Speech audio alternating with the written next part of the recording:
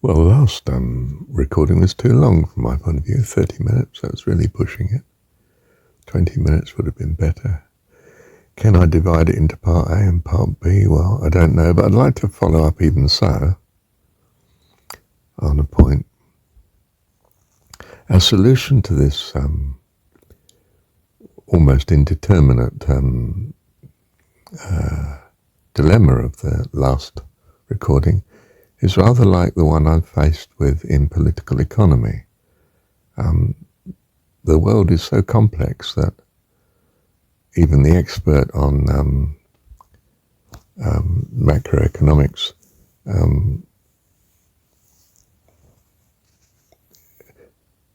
is not able to truly predict safely what the outcome of certain policies will be. He has an impression from his own inability to utterly master the subject because it's not been mastered yet, to give the right answer. And he may be behaving as if that's not the case. He does have the right answer. He's certain of it. I think that certainty would be ill-founded. He can say what he thinks might be the best way forward, but to say he knows for sure would be extremely hazardous, I think. That's my approach to it, and not entirely satisfactory, but perhaps because of recognizing the uncertainty of the advice being given, we should also be emphasizing at the same time, be cautious. We might find that this policy I'm commending to you could be more damaging than we expect, and you might be wise to be ready to do a very quick U-turn if felt to be necessary. Not press on heroically to the end and find the costs horrendous. Now, similarly so then with my line of recordings here, with my last recording, which I'll say is the recording that I've just done on with the tag jon17. What's our best policy as regards violence? When is it appropriate? Well, our best policy might be to avoid situations where violence can likely erupt. And it might be that, for instance, internationally, from the political economy point of view, it's wise for the US to isolate China as being the problem.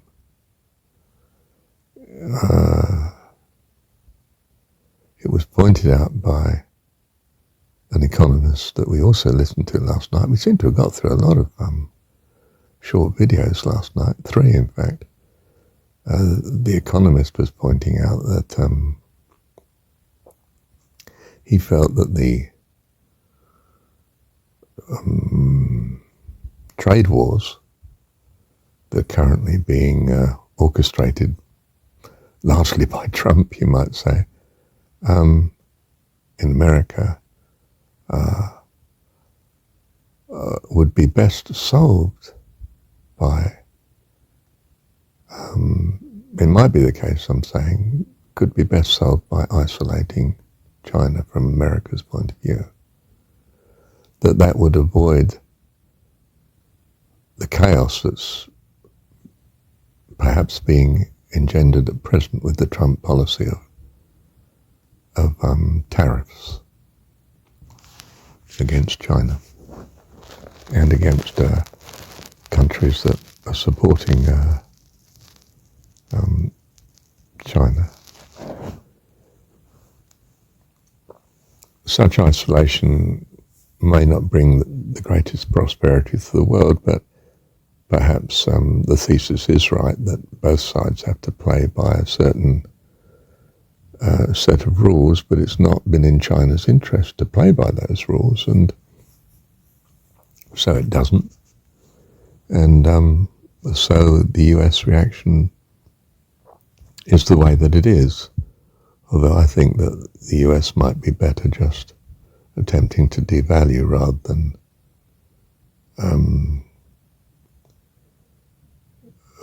bring in these horrendous tariffs. But perhaps that's not politically acceptable because the American people wouldn't like the immediate impact of foreign goods being much more expensive. But they're being much more expensive anyway by sticking a tariff on. Although I think Trump is probably using the tariff as more of, this is what I'm going to do if you don't play the game. As I see, you should be playing the game. And of course, China's extremely reluctant to play the game that way because it's going to affect its position greatly. But of course, Trump's saying, I can affect your position even more greatly by putting these massive tariffs on if you don't play the rules as I want you to play them. Well, ultimately then that comes to a show of avoidance or force. Does China avoid such consequences by using force? If it did, would America win? Highly likely, given its technology at present. I don't mean that puts America in the right. It just means that China's in a fix and may be forced to comply, and if it doesn't comply, the US solution may well be to isolate China on the world market. Whether the US has the power to do that, in other words, would the other countries in the world fall in line behind the US? I think probably they would. It's in their interest too. And he thinks they would too, of course. And we could well be wrong on this. I don't mean well be wrong, but we could be wrong and find that, far from being isolated, China finds a club of countries that are willing to be isolated from the US club, and the two bodies continue to exist in the world into the future anyway. I think that's all we can say. I won't say reliably because things are not reliable. We're not masters of the show. We don't totally understand the international economic situation that we're in. It's far too complex. There are things I think we could do, as I've said, in the political economy series here just now and above, that that could put this right or help to make it less of a problem.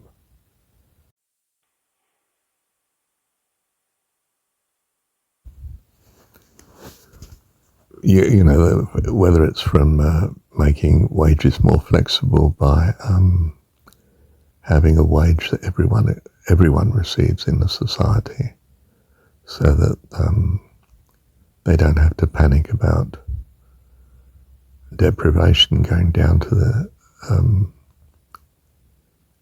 too low a minimum, and they can work for lower wages because there's a certain standard of living that's going to be met anyway.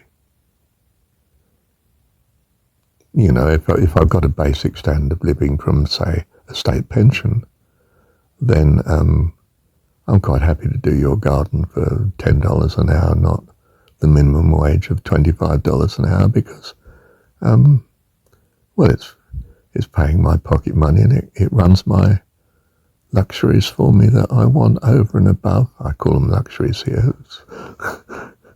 depends on what the minimum wage is, isn't it? But I mean, the minimum pension is, but, you know, it earns my money so that I can have holidays, say, or have a car, or, I don't know, be able to afford restaurant meals when I want to view. And I am employed, I am productive. The wage is clearing the market. That might be a better system. So there are ways of tweaking the present system that might make an improvement. We might find that there's some fault with this. I can't see what the obvious fault is, except it might be politically unacceptable to, for instance, tax the better off more, even though they're getting the basic wage back anyway.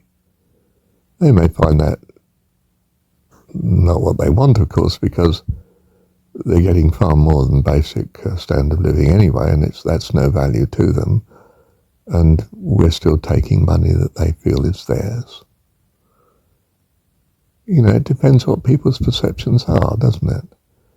You know, I have a right to what I earn, and you don't have a right to tax me and then spend the money, squander it on things that I don't think are of any benefit to me.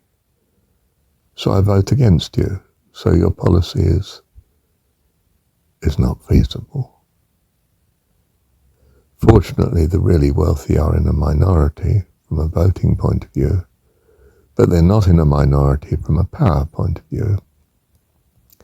And they may use this power to so that you're not a political entity that's at odds with their values. So I'm not saying we necessarily have a political solution to our economic quandaries. I am saying we've got solutions or things that may well help our economic problems, put them, you know, make them much easier, but they may not be politically acceptable. You would have to change the political system to do that, and that may just not be on the cards, but it may be. You may be able to influence even the wealthy so that they are more compassionate and, you know, willing to take an even lower standard of living as they see it in order to have peace in the world and prosperity and perhaps a much better society. But it's not necessarily available to us now. We have to see what the situation is, don't we? Thank you, Heavenly Dad.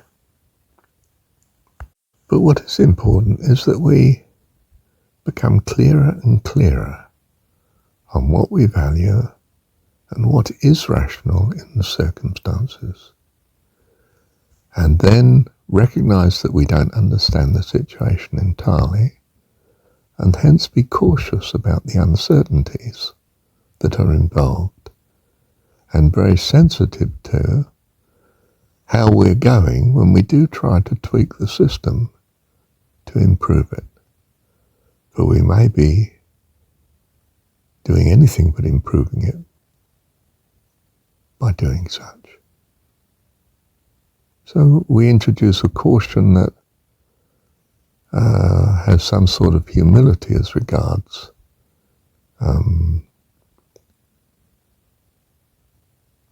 our level of understanding of the situation. I think that's what I want to say, and now I've said it. Thank you, Heavenly Dad. Now I'm going to make this a political economy number as well, the same recording. And I'll put the same note at the end of it on the political economy one too.